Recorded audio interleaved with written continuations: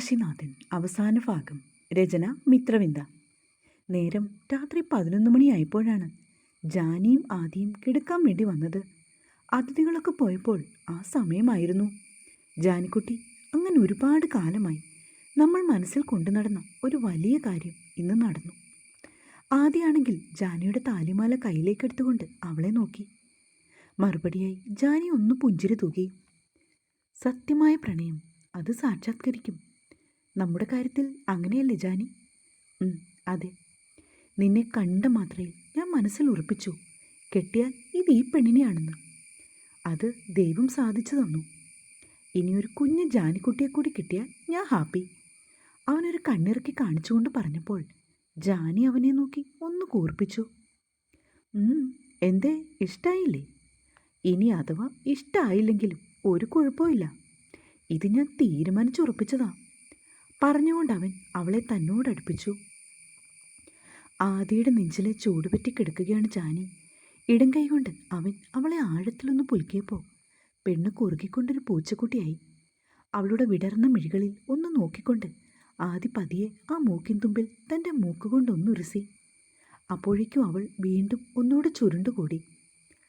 അവളുടെ കവിളുകളിൽ മാറി മാറി മുത്തിക്കൊണ്ട് ആ തുടുത്ത അതരത്തിലേക്ക് അവൻ്റെ അതരം എടുത്തപ്പോൾ ജാനിയെ ചെറുതായൊന്ന് വിറച്ചു. ഒപ്പം അവളുടെ മിഴികൾ കൂമ്പി അടഞ്ഞു. ഒരു നിമിഷം പോലും പാഴാക്കാതെ ആദി ആ അതരം നുകരാൻ തുടങ്ങിയപ്പോൾ ജാനിയുടെ ഉള്ളിൽ ഒരു തിരവന്ന് ആഞ്ഞടിച്ചു. അവളിലെ മധുരം നുകർന്നുകൊണ്ട് ആദി അങ്ങനെ അലഞ്ഞു. ഇരുദളങ്ങളും ചുംബിച്ച് തഴുകി അവനവളെ തരളിതയാക്കി. എന്നിട്ടവൻ മെല്ലെ തൻ്റെ വദനം അവളുടെ കഴുത്തിടുക്കിൽ കുറച്ചു സമയം ഒന്ന് ഒളിപ്പിച്ചു. ശേഷം വീണ്ടും താഴേക്ക് വന്നപ്പോൾ ജാനി അവൻ്റെ മുടിയിൽ പിടിച്ച് ഒന്ന് വലിച്ചു. അപ്പോഴേക്കും അവളുടെ മൃദുലതയിൽ ആദിയുടെ മുഖം ഒന്ന് അമർന്നു പൊങ്ങി. ആദിയേട്ടാ, വിറച്ചുകൊണ്ട് ജാനി വിളിച്ചപ്പോൾ ഇപ്പുറത്തു അവൻ അതേ പ്രവൃത്തി തുടർന്നു. തള്ളിമാറ്റാനാവുന്നത്ര ജാനി ശ്രമിച്ചു, പക്ഷേ അവൻ അനങ്ങിയില്ല. തൻ്റെ കരവിരുതിനാൽ അവളുടെ അങ്കലാവണ്യം ആവോളം ആസ്വദിച്ച് ആദി വീണ്ടും വീണ്ടും തൻ്റെ പെണ്ണിനെ ഉണർത്തി. പക്ഷേ അവളുടെ എതിർപ്പുകൾ കൂടിക്കൂടി വന്നു. അവളുടെ ടോപ്പ് പിടിച്ച് മേൽപോട്ട് വലിച്ചു മാറ്റി ആ അണിവയറിൽ മുഖം ചേർത്തപ്പോൾ ജാനി പരവശയായി. അപ്പോഴേക്കും അവളുടെ ആടകൾ ഒന്നൊന്നായി അഴിച്ചു മാറ്റുന്ന തിരക്കിലായിരുന്നവൻ. എതിർപ്പുകളൊക്കെ പാടെ അവഗണിച്ചുകൊണ്ട് അവൻ അവളിലെ നഗ്നമേനിയിലൂടെ ഉഴറി. ഒപ്പം അവളുടെ സിരകളെ ചൂട് പിടിപ്പിച്ചുകൊണ്ട്. ഒടുവിൽ അവൻ്റെ ഉമിനീര് കലരാത്ത ഒരു ശരീരഭാഗം പോലും അവളിൽ അവശേഷിച്ചില്ല എന്നതാണ് സത്യം. ഒരുപാട് നേരത്തെ കരലാളനകൾ അതവളിലെ കാണാപ്പുറം തേടി അലയാൻ അവന് കൂട്ടായി. അങ്ങനെ തഴുകി തലോടി ചുംബിച്ചുണർത്തി തൻ്റെ പെണ്ണിലേക്ക് ആദ്യം മെല്ലെ കൂടുകൂട്ടി.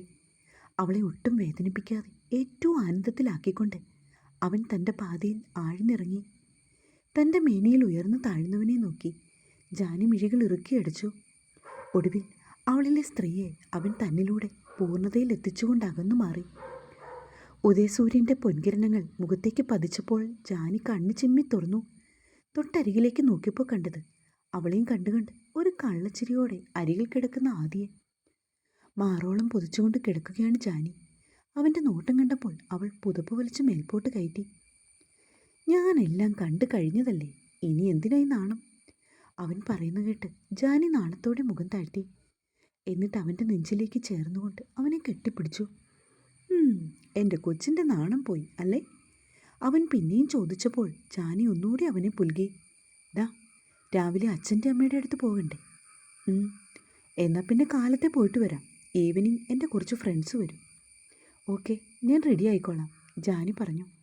അപ്പോഴാണ് അവളുടെ ഫോൺ റിങ് ചെയ്തത്. മീനാക്ഷിയായിരുന്നു. ഹലോ മീനു. ആ ചേച്ചി എവിടാ, ഇറങ്ങിയോ? പോവാ. ആദ്യേട്ടൻ എവിടെ? ഇവിടെ ഉണ്ട്, ചെന്നിട്ട് വിളിക്കണേ. ഓക്കെ, ഞാൻ ചേച്ചിക്കൊരു മെസ്സേജ് അയച്ചു, ഒന്ന് റീഡ് ചെയ്യണേ. ഷുവർ. ജാനി ഫോൺ കട്ട് ചെയ്തു. ചേച്ചി, ഞാൻ ഭഗത്തിനോട് ഏസ് പറഞ്ഞു. ആ തെമ്മാടി ഇല്ലെങ്കിൽ എന്നെ ഇന്ന് ഈ നാട്ടിൽ നിന്ന് പറഞ്ഞു വിടില്ല. ഒടുവിൽ എനിക്ക് ഏസ് പറയേണ്ടി വന്നു. ഇനി എന്താകും എന്നൊന്നും അറിയില്ല. പക്ഷെ ചേച്ചി എൻ്റെ ഒപ്പം കാണണം. കൂടെ ഉണ്ടാവും, ഉറപ്പ്. ധൈര്യമായിട്ട് പോയിട്ട് വാടാ. ജാനി അപ്പോൾ തന്നെ അവൾക്ക് മറുപടിയും കൊടുത്തു. മീനുവിന് സമ്മതമാണെന്നറിഞ്ഞപ്പോൾ ഭഗത് തുള്ളിച്ചാടി. അപ്പോൾ തന്നെ പെണ്ണിനെ വീഡിയോ കോൾ ചെയ്തു. അച്ഛൻ അരികിലുണ്ടെന്നും മര്യാദയ്ക്ക് അടങ്ങിയിരുന്നോണമെന്നും അവൾ അവന് മറുപടി അയച്ചു. എനിക്ക് അച്ഛനെ കാണണ്ട, മോളെ കണ്ടാൽ മതി. Love you. അവൻ്റെ റിപ്ലൈ വായിച്ച് മീനാക്ഷി ഒന്ന് പുഞ്ചിരി തൂകി. എയർപോർട്ടിലാണ്, വീട്ടിലെത്തിയിട്ട് വിളിക്കാം, അവൾ പറഞ്ഞു. ഒടുവിൽ ഫഗത് സമ്മതിച്ചു. ജാനിയും ആദിയും വരുന്നതുകൊണ്ട് കാലത്തെ മുതൽ പാർവതി അടുക്കളയിലാണ്. സഹായത്തിന് കാശിയുമുണ്ട്. ഒരു കുഞ്ഞൂടി വേണ്ടതായിരുന്നു. ഇപ്പോഴതൊക്കെ ഓർക്കുന്നത് പോലും. ജാനിമോള് പോയപ്പോൾ എന്ത് സങ്കടാണല്ലേ ഏട്ടാ, പാർവതി പറഞ്ഞു. നീ ഇപ്പോഴും ചെറുപ്പമല്ലേ, ഞാനെന്നും റെഡിയാണെന്ന് നിന്നോട് പറഞ്ഞു തരേണ്ട കാര്യമില്ലല്ലോ. വേണമെങ്കിൽ ഒന്നുകൂടി ട്രൈ ചെയ്യാം. എന്തേ? അയ്യോ, നിങ്ങൾ റെഡിയാണെന്നുള്ളത് എനിക്ക് വ്യക്തമായി അറിയാം. രാത്രി 11 മണിയാവുമ്പോൾ മുതൽ ആക്രാന്തവും പരവേശവും അല്ലേ നിങ്ങൾക്ക്? പാർവതി എളിക്ക് കയ്യും കൊടുത്തുകൊണ്ട് നിന്ന് കാശിയോട് പറഞ്ഞു. എനിക്ക് പരവശം വരുമ്പോൾ കൃത്യസമയത്ത് നീ മരുന്ന് തരുന്നുണ്ടല്ലോ, അത് മതി. ആ മരുന്ന് കിട്ടിക്കഴിഞ്ഞ് പിന്നെ എനിക്ക് യാതൊരു പ്രോബ്ലവുമില്ല. പാർവതിയുടെ കാതിലേക്ക് കാശിയും പതിയെ മന്ത്രിച്ചു. അപ്പോഴേക്കും പാർവതിയുടെ മുഖം നാണത്താൽ ചുവന്നു. ഡി, ഇങ്ങനെ തുടുത്തു നിൽക്കാതെ പോയി എന്തെങ്കിലും ജോലി നോക്ക്, ഇല്ലെങ്കിൽ കാലത്തെ തന്നെ എനിക്ക് മരുന്ന് തരേണ്ടി വരും. അവൻ്റെ പറച്ചിൽ കേട്ടപ്പോൾ അവൾ മറുപടിയായി തൻ്റെ കയ്യിലിരുന്ന കറിക്ക് മുറിക്കുന്ന കത്തിയൊന്ന് ഉയർത്തി കാണിച്ചു.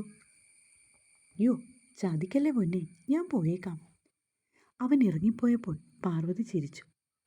ആദിയുടെയും ജാനിയുടെയും പ്രണയം പൂത്ത് തളർത്തപ്പോൾ മീനാക്ഷിയും ഭഗത്തും അവരുടെ പ്രണയ നിമിഷങ്ങൾ കാത്തിരിക്കുകയായിരുന്നു.